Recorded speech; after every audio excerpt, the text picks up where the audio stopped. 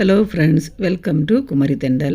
பூண்டு ஊறுகாய் பண்ணுறதுக்கு ஒரு கடாயில் கொஞ்சமாக நல்லெண்ணெய் சேர்த்துட்டு பூண்டு சேர்த்து நல்லா இதை வதக்கி எடுத்துக்கோங்க. நல்லா கோல்டன் ப்ரௌன் கலர் ஆகிறது வரைக்கும் நல்லா இதை இந்த மாதிரி வதக்கி எடுத்ததுக்கப்புறமா இதை வேறொரு பாத்திரத்துக்கு மாற்றிடலாம்.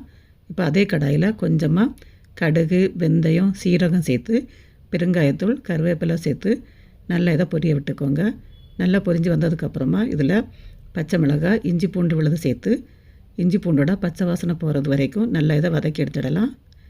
இப்போ இதில் மஞ்சள் தூள், மிளகாய்த்தூள், அப்புறமா காஷ்மீரி மிளகாய்த்தூள் சேர்த்துட்டு இதையும் நல்லா வதக்கி எடுத்துக்கோங்க.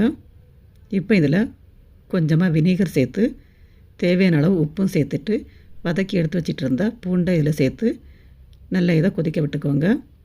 இப்போ கடைசியாக நல்லா எண்ணெய் பிரிஞ்சு வந்ததுக்கப்புறமா கடுகு, வெந்தய பொடியை சேர்த்திங்கன்னா ரொம்ப ரொம்ப சூப்பரான பூண்டு ஊறுகாய் ரெடி.